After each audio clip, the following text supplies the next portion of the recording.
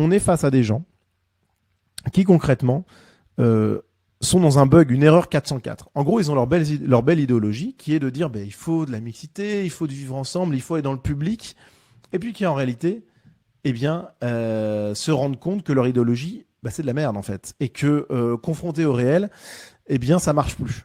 Mais alors là où c'est fou, c'est que déjà, ils ne nomment pas la chose. Donc déjà, ça, c'est assez extraordinaire.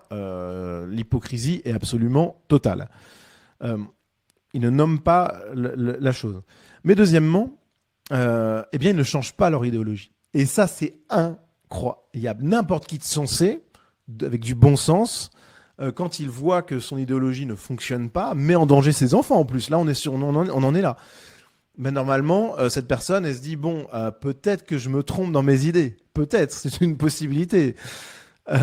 Mais en réalité, ils ne font absolument pas mea culpa et ils continuent à nous abreuver de leur idéologie de merde politiquement. Ils continuent à voter ultra-gauche ou à gauche, qui revient à peu près au même.